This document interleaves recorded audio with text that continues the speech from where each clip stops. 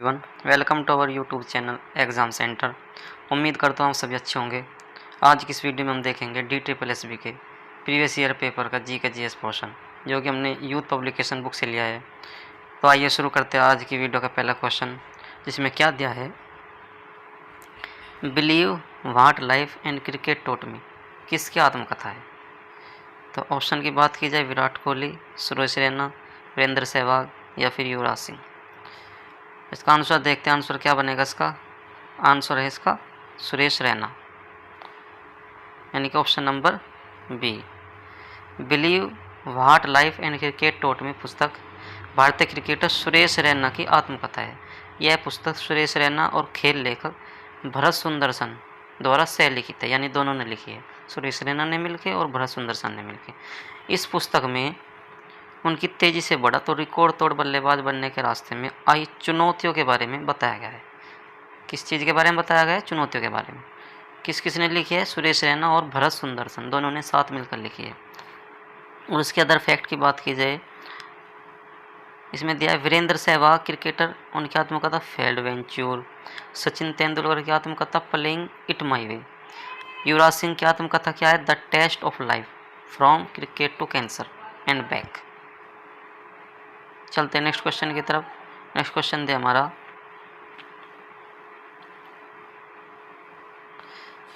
Next question है, निम्नलिखित में से कौन सा कथन सही है। दो कथन दिए हैं, इनमें देखना है कौन कौन से कथन सही है। पहला कथन है, राजस्व प्राप्तियां वे प्राप्तियां है जिनका दावा सरकार से नहीं किया जा सकता, यानी जिनका दावा सरकार से नहीं दिया, यानी उनका जवाब सरकार से नहीं मांगा जा सकता। फिर दूसरा कथन क्या दिया है?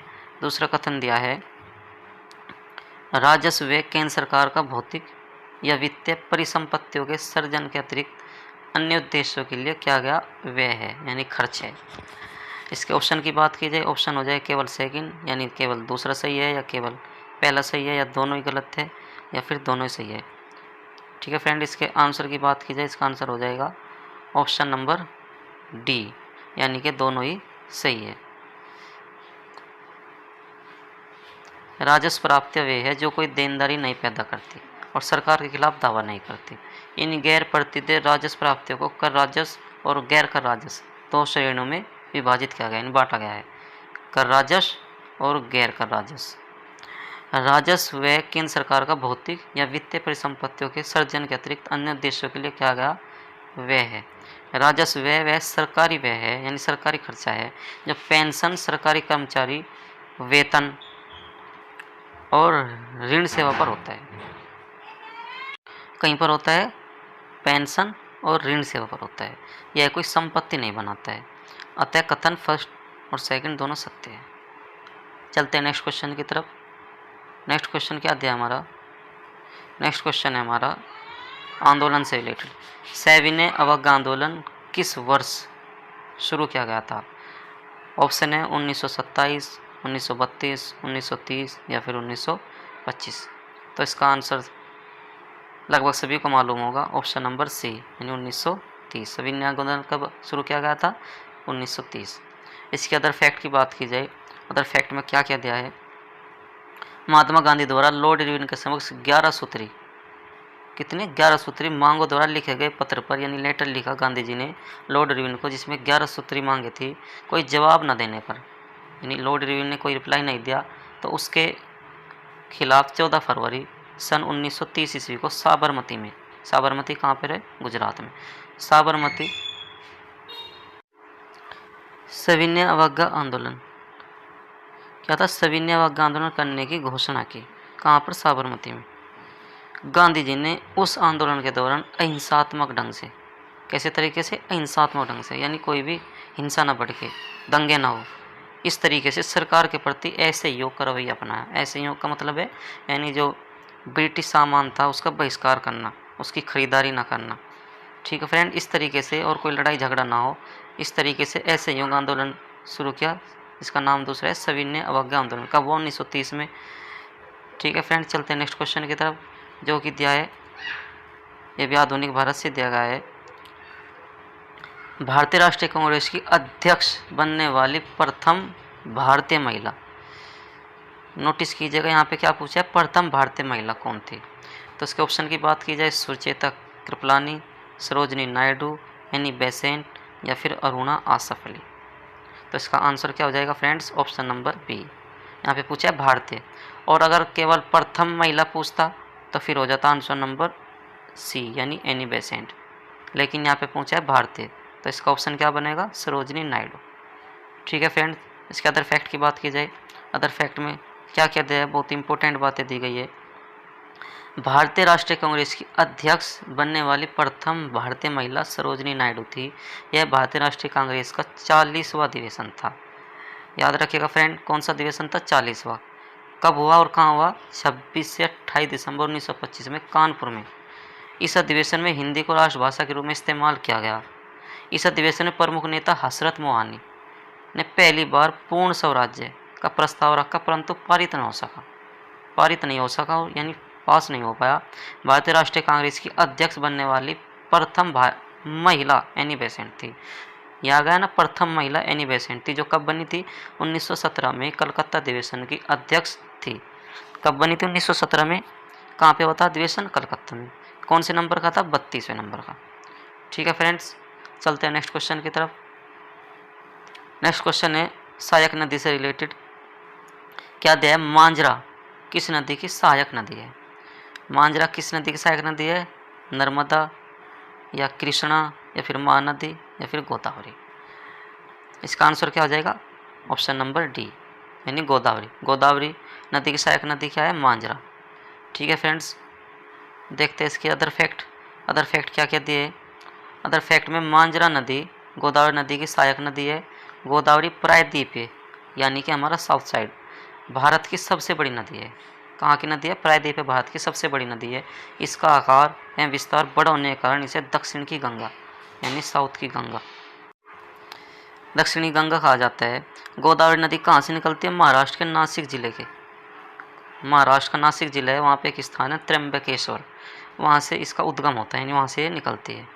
और इसकी अन्य सहायक नदी की बात की जाए तो गोदावरी नदी की अन्य सहायक नदी क्या है? पूर्णा, वर्धा, पेनगंगा, वेनगंगा, प्राणिता, इंद्रावती, सबरी। इंपॉर्टेंट फैक्ट्स है फ्रेंड्स, याद रखना। चलते हैं नेक्स्ट क्वेश्चन की तरफ। नेक्स्ट क्वेश्चन क्या है?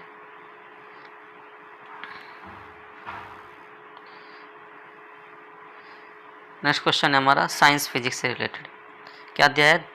10 किलोग्राम द्रव्यमान की एक वस्तु 2 मीटर प्रति सेकंड के एक समान वेग से गतिशील है। यानी ये दिया है m की वैल्यू और ये दी गई है v की वैल्यू। ठीक है फ्रेंड, तो वस्तु की गतिज ऊर्जा निकालनी है। सिंपल फॉर्मूला है, सभी को याद होगा, k इज इक्वल टू होता है 1/2 mv²। ठीक है फ्रेंड्स, तो इसमें वैल्यू पुट कर देगा, आंसर आ जाएगा। तो इसका आंसर क्या बनेगा? देखते क्या क्या इन्होंने इसमें क्या गया है। m is equal to 10 kilogram, v is equal to 2 metre per second और k की वैल्यू निकाल लिया, k is equal to 1/2 mv² और 1/2 m की जगह रख दिया 10 और v की जगह 2 और उसका फिर होल स्क्वायर। तो इसे जब सोल्व आउट किया जाएगा तो क्या बनेगा? क्या आंसर आएगा? 20 जूल। ठीक है फ्रेंड्स, या फिर जूल का अन्य नाम क्या होता है? किलोग्राम मीटर पर सेकेंड। ये SI में है जूल और ये MKS प्रति में है, किलोग्राम मीटर पर सेकेंड। चलते हैं नेक्स्ट क्वेश्चन की तरफ, जो कि हमारा है कथन से रिलेटेड और ये प्राचीन इतिहास से भी रिलेटेड है, मौर्य साम्राज्य से। निम्न में से कथन सही है बताना है। मेगस्थनीज सेल्यूकस निकेटर का राजदूत था। या फिर दूसरा कथन है अशोक ऐसे पहले शासक थे जिन्होंने अभिलेखों द्वारा जनता तक अपने संदेश पहुंचाने की कोशिश की। यानी जब उन्होंने मैसेज पहुंचाने का क्या मीडियम बनाया? अभिलेखों से, यानी पत्थरों पर लिखाई से। ये उनका एक तरीका था अपनी जनता को अपने मैसेज पहुंचाने का। ठीक है फ्रेंड्स, तो इसमें ऑप्शन की बात की जाए, ऑप्शन क्या क्या है इसमें? ऑप्शन हमारे केवल सेकंड सही है, या फिर दोनों सही है, या फिर केवल फर्स्ट सही है, या फिर दोनों ही गलत है। चलते इसके आंसर की तरफ। आंसर हो जाएगा इसका ऑप्शन नंबर बी, यानी कि दोनों ही कथन सही है। यानी कि मेगस्थनीज सेल्यूकस निकेटर का राजदूत था, ये बात भी सच है। और जो चंद्रगुप्त मौर्य के दरबार में आया था, यह यूनान का निवासी था। कहाँ का रहने वाला था? यूनान का। किसके दरबार में आया था? चंद्रगुप्त मौर्य के। ठीक है फ्रेंड्स, सभी को मालूम होगा। और इसके अदर फैक्ट्स भी है। मेगस्थनीज ने इंडिका नामक पुस्तक लिखी, जिससे मौर्य युगीन समाज एवं संस्कृति के बारे में जानकारी मिलती है। उस पुस्तक में क्या लिखा गया था? जो मौर्य युगीन समाज था उसकी संस्कृति के बारे में, उसके समाज के बारे में। प्राचीन भारतीय इतिहास में अशोक पहला शासक है जिसने अभिलेखों के माध्यम से जनता तक संदेश पहुंचाने की कोशिश की। अशोक के उत्कीर्ण लेखों के लेखन प्रणाली को सबसे प्राचीन माना जाता है। उनके लिखने का जो तरीका था वो सबसे पुराना माना जाता है। उसके अभिलेख 4 लिपि कौन कौन सी थी? ब्राह्मी, खरोष्टी, आर्मेक और यूनानी।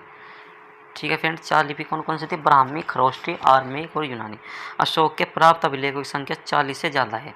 सबसे पहले 1837 ईस्वी में जेम्स प्रिंसेप ने, नाम ध्यान रखना है, जेम्स प्रिंसेप ने कब? 1837 में अशोक के दिल्ली टोपरा अभिलेख को पढ़ने में सफलता प्राप्त की थी।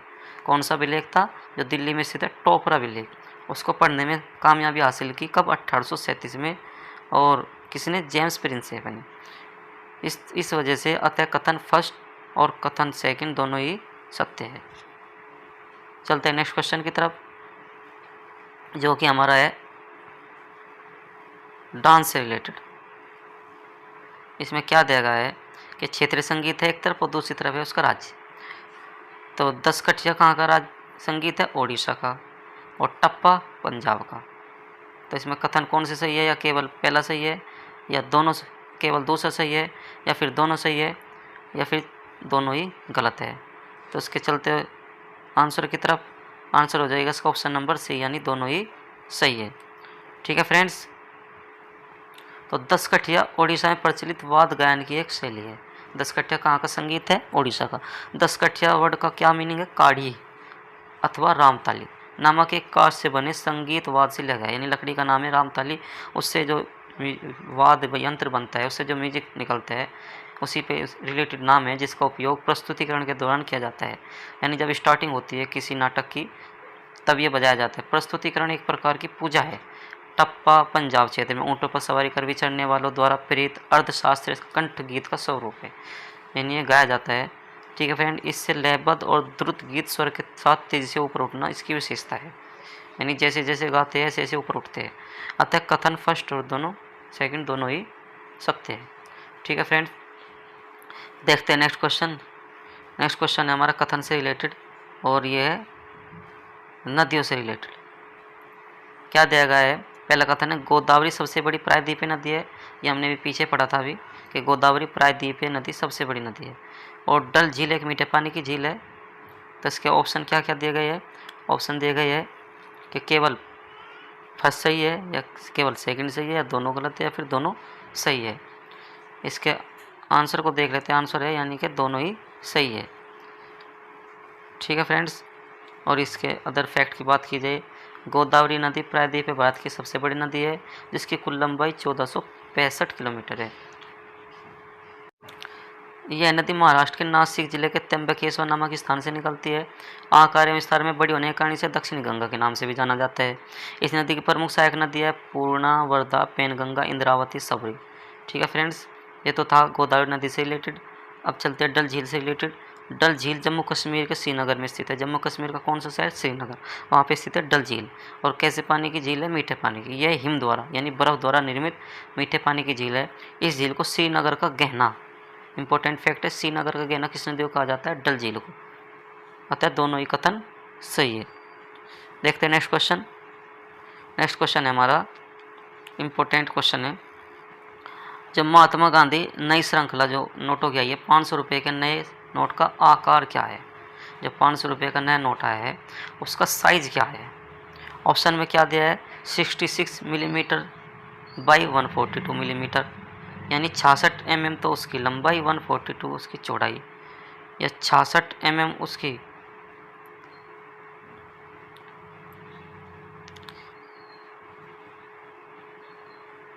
66 mm by 142 mm, 66 mm by 166 mm, 66 mm by 116 mm, या 66 mm बाई 150 mm। तो इसके ऑप्शन की बात, इसके आंसर की बात की जाए, आंसर हो जाएगा इसका ऑप्शन नंबर डी, यानी कि 66 mm बाई 150 mm। ठीक है फ्रेंड्स, ये कौन से नोट की बात हो रही है? 500 रुपये के नोट की, जो कि अभी नया है। महात्मा गांधी की नई श्रृंखला के 500 रुपये के नोट का आकार 66 mm बाई 150 mm है। इस नोट का रंग स्टोन ग्रे है। कलर पे ध्यान रखना फ्रेंड्स, कैसा कलर है इसका? Stone grey. इसके पश्च भाग में यानी पिछले भाग में भारतीय ध्वज के साथ लाल किला का चित्र है। सभी को मालूम होगा, देखा भी होगा। ठीक है फ्रेंड्स, देखते हैं next question. Next question other fact दिए गए हैं। अदर फैक्ट्स, 10 रुपये पे क्या रूपांकन है? कोणार्क का सूर्य मंदिर। 20 रुपये के पे एलोरा की गुफा है। 50 के पे हम्पी का रथ। 100 रुपये के पे रानी का वाव। 200 रुपये पे सांची का स्तूप और 2000 रुपये के मंगलयान। ठीक है फ्रेंड्स, चलते नेक्स्ट क्वेश्चन की तरफ। क्या दिया गया है कि कौन सी फसल फलीदार फसल का एक उदाहरण है? कौन सी फसल फलीदार फसल का उदाहरण है? ज्वार, मक्का, दालें या फिर चावल। यानी जो फलीदार फसल है, क्या है इनमें से? इसके आंसर की बात की जाए, आंसर हो जाएगा ऑप्शन नंबर डी, यानी दालें जो है एक फली है। ठीक है फ्रेंड, फलीदार पौधे वैसे पौधे हैं जो मृदा में वायुमंडल से नाइट्रोजन को नियत करने में सक्षम होते हैं। यानी फलीदार पौधे कैसे होते हैं?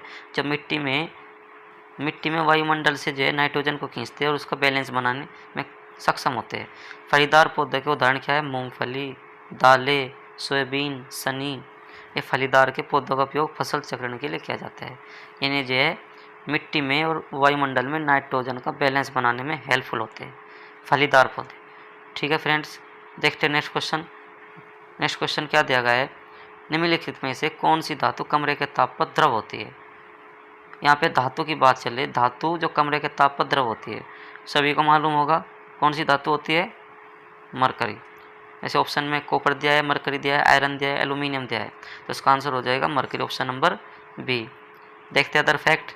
अदर फैक्ट में क्या दिया है कि पारा, जिसका दूसरा नाम मरकरी, एक धातु है जो कमरे, और अगर अ धातु पूछे, अ धातु जो कमरे के ताप पर द्रवावस्था में रहती है, वो क्या हो जाएगी? बेंजीन।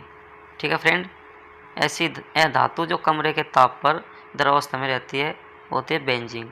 यहाँ पे पूछा है धातु, और धातु क्या हो जाएगी? पारा या मरकरी, जो कमरे के तापमान में द्रवावस्था में पाई जाती है, उष्मा तथा विद्युत के सुचालक होते हैं। यानी इनमें को हीट और करंट जा सकता है। पारा अन्य धात्विक पदार्थों की क्रिया करके अमलगम बनाता है। इंपॉर्टेंट फैक्ट है, पारा जो है अन्य धात्विक पदार्थों से रिएक्शन करके क्या बनाता है? अमलगम। पारा को इसका संकेत क्या होता है? Hg से दिखाया जाता है, Hg। चलते हैं नेक्स्ट क्वेश्चन की तरफ। नेक्स्ट क्वेश्चन है हमारा आर्टिकल से रिलेटेड। भारत के संविधान में कुल कितने अनुच्छेद है? 410, 365, 375 या फिर 395? तो बहुत ही सिंपल, 395 हो जाएगा आंसर। ठीक है फ्रेंड्स, तो इसका आंसर हो जाएगा 395। देखते हैं, भारतीय संविधान में 395 अनुच्छेद, 22 भाग और 12 अनुसूचियाँ है। 395 अनुच्छेद, 22 भाग और 12 अनुसूचियाँ है। भारतीय संविधान में इसका सबसे बड़ा लिखित संविधान है। भारतीय संविधान की आत्मा प्रस्तावना को माना जाता है। भारतीय संविधान की आत्मा किसे कहा जाता है? प्रस्तावना। भारतीय संविधान में एकल नागरिकता, इंपॉर्टेंट फैक्ट है, एकल नागरिकता का प्रावधान किया गया है। चलते हैं नेक्स्ट क्वेश्चन की तरफ। नेक्स्ट क्वेश्चन है हमारा स्मारक और राज्य से रिलेटेड। स्मारक देगा एक तरफ और उसके सामने देगा राज्य। इसमें देखना है कौन सही नहीं है। ठीक है फ्रेंड्स, भाई मंदिर नई दिल्ली में स्थित है, मीनाक्षी मंदिर तमिलनाडु में स्थित है, या चार मीनार केरल में स्थित है। चार मीनार तो कहाँ पे? हैदराबाद। ठीक है फ्रेंड्स, हैदराबाद, तो यही हमारा ऑप्शन गलत हो जाएगा। तो यानी इसमें बाई मंदिर नई दिल्ली, इंपॉर्टेंट फैक्ट है, याद रखना। बाई मंदिर कहाँ पे? नई दिल्ली। मीनाक्षी मंदिर तमिलनाडु और एलिफेंटा गुफाएं महाराष्ट्र। ठीक है फ्रेंड्स, अदर फैक्ट देखते हैं। अदर फैक्ट में क्या है? चार मीनार आंध्र प्रदेश की राजधानी हैदराबाद की सबसे प्रसिद्ध और महत्वपूर्ण स्मारक है। इस मीनार का निर्माण कब किया गया था? 1521 ईस्वी, जो प्लेग की समाप्ति हो जाने की खुशी में, प्लेग जो एक महामारी थी उसकी समाप्ति पर, उसकी खुशी में किसने बनवाया था? कुली कुतुब शाह द्वारा किया गया था। चार मीनार का निर्माण किसने कराया था? कुली कुतुब शाह का 1591 ईस्वी में। कहाँ पे स्थित है? हैदराबाद। और हैदराबाद कहाँ की राजधानी? आंध्र प्रदेश की। देखते हैं नेक्स्ट क्वेश्चन। नेक्स्ट क्वेश्चन क्या दिया गया है? इसमें कथन से रिलेटेड है। दो कथन दिए गए हैं। इसमें पहला कथन है पक्षी समतापी प्राणी होते हैं या स्तनपायी असमतापी होते हैं। तो इसके ऑप्शन की बात की जाए, ऑप्शन हो जाएंगे, ऑप्शन क्या क्या हो जाएंगे? दोनों सही है या फिर केवल सेकंड सही है, या पहला सही है या फिर दोनों ही गलत है। तो इसका आंसर क्या होगा? आंसर हो जाएगा ऑप्शन नंबर सी, यानी केवल पहला सही है। समतापीय जीव होते हैं जो आसपास के तापमान के निरपेक्ष निरंतर शरीर के तापमान को बनाए रखते हैं, यानी बाहर का तापमान कैसा भी हो वे अपने अंदर का तापमान बनाए रखते हैं। पक्षी और स्तनधारी समतापी होते हैं तथा मनुष्य भी समतापी होते हैं। असमतापी वे जीव होते हैं शरीर के आंतरिक तापमान दूरगामी होने पर भी जीवित रह सकते हैं, यानी अंदर का तापमान भी अपना मेंटेन रखते हैं, जैसे सरीसृप और मीन। ठीक है फ्रेंड्स, देखते हैं नेक्स्ट क्वेश्चन। नेक्स्ट क्वेश्चन है हमारा